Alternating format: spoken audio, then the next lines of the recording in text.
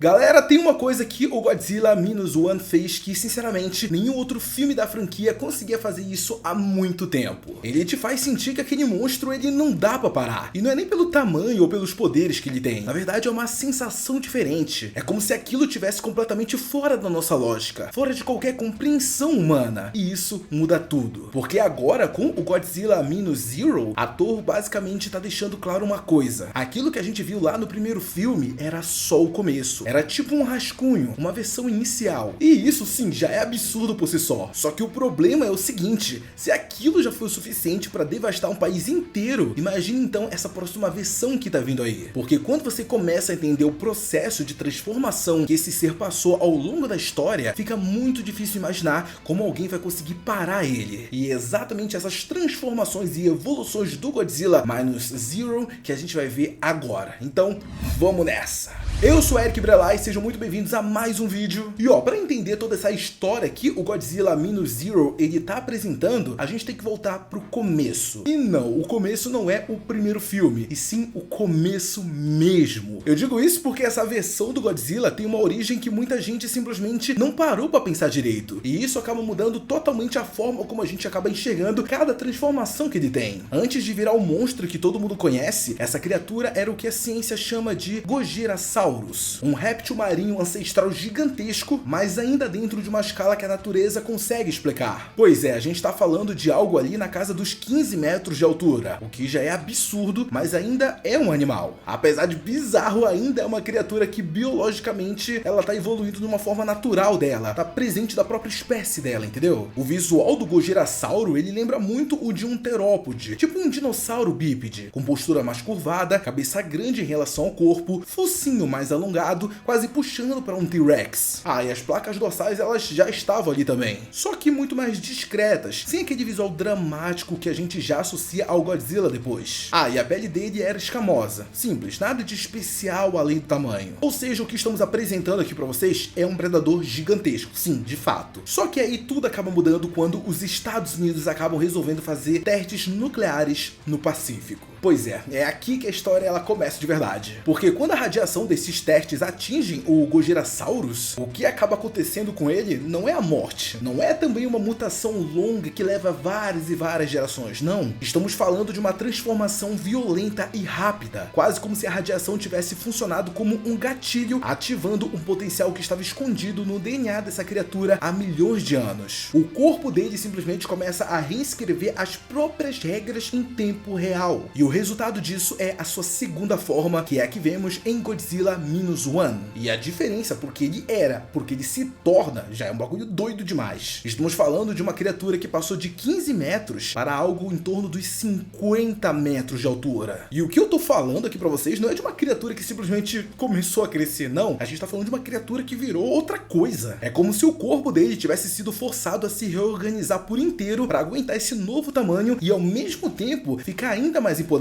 A postura dele também acaba mudando completamente. Antes ela era mais curvada, agora ele fica reto. Cada passo dele parece como se ele pesasse várias toneladas. As placas das costas, que antes eram apenas uns espinhos discretos, agora viraram um negócio todo irregular, torto, afiado, com aquela cara de que essas placas dorsais acabaram crescendo tão rápidas que ficaram totalmente irregulares. Parece que a gente está olhando para uma espécie de cristal que acabou sendo colocado numa pressão extrema, entendeu? A cabeça dele também fica menor em relação ao corpo, o focinho encurtado, ele fica mais compacto, e a pele, cara, ela muda totalmente. Ela fica áspera e irregular, com aquela aparência de coisa que foi queimada, cicatrizou e queimou de novo várias vezes. É como se o Godzilla desse filme tivesse passado por um sofrimento absurdo durante essa transformação, e o que estamos vendo no corpo dele são as cicatrizes dessa transformação. E aqui a gente chega no ponto mais absurdo de tudo, o sopro atômico que aparece pela primeira vez nessa versão. Ah, e não parece que essa criatura ela aprendeu ou desenvolveu com o tempo fazer isso. Não, parece que isso é algo automático dele, instintivo, vamos dizer assim. É como se esse poder já tivesse sido gravado dentro dele no momento exato da mutação. Se ele precisar usar essa técnica, pronto, ele vai usar. Ah, e aquele brilho azul subindo pelas placas dorsais no disparo virou uma das cenas mais marcantes do cinema de kaiju nos últimos anos. E esse poder todo faz todo sentido dentro da lógica que a gente tem ali. É literalmente a a energia nuclear sendo processada e liberada pelo corpo dele em tempo real. E essa foi a versão do Godzilla que destruiu o Japão. Essa é a versão que precisou de tudo: estratégia, sacrifício e desespero para conseguir ser parado no final do primeiro filme. E mesmo assim a palavra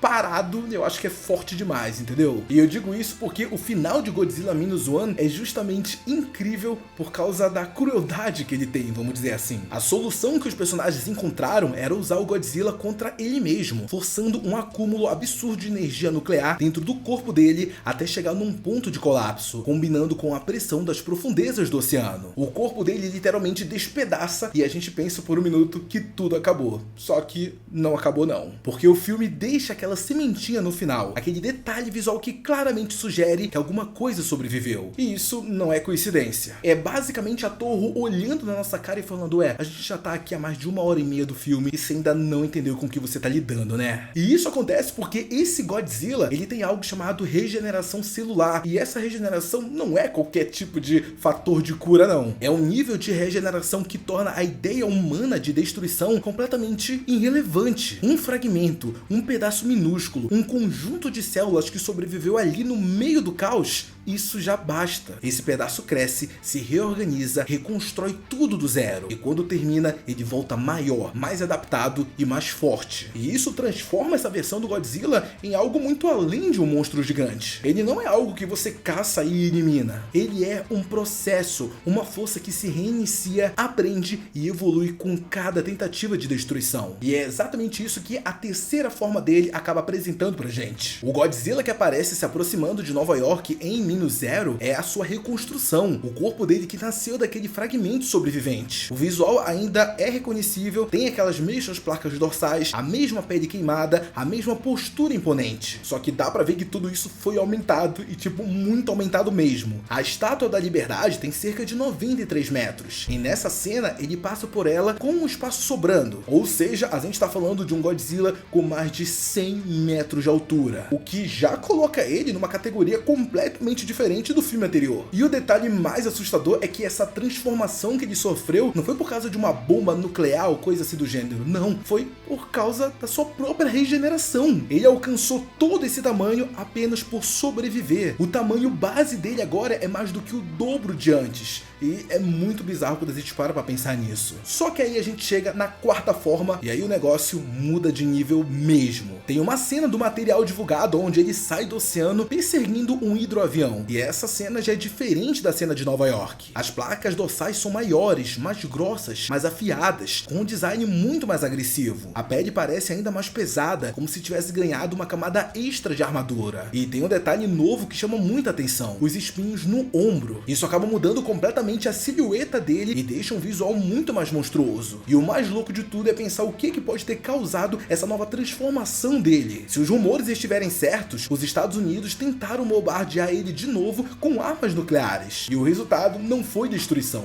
foi uma evolução. Cada explosão que era para matar essa criatura virou um combustível, cada radiação virou alimento para ele. Inclusive, existe um curta chamado Godzilla: A New Road que já mostrava algo parecido com essa forma, com placas dorsais diferentes, mudança no rosto, sopro atômico mais esverdeado e com espinhos no ombro. Não dá para confirmar aqui para vocês que é a mesma versão, mas é inegável que as semelhanças... Pô, tá aí, né? Então é isso, galera. Quando a gente pega todas essas versões do Godzilla Minus Zeros, todas essas transformações que ele tá tendo, a gente tá vendo que essa criatura não é só força, não. A gente tá falando de um monstro que se adapta e que não importa as tentativas que a humanidade faça, cada vez ele vai voltar ainda mais forte.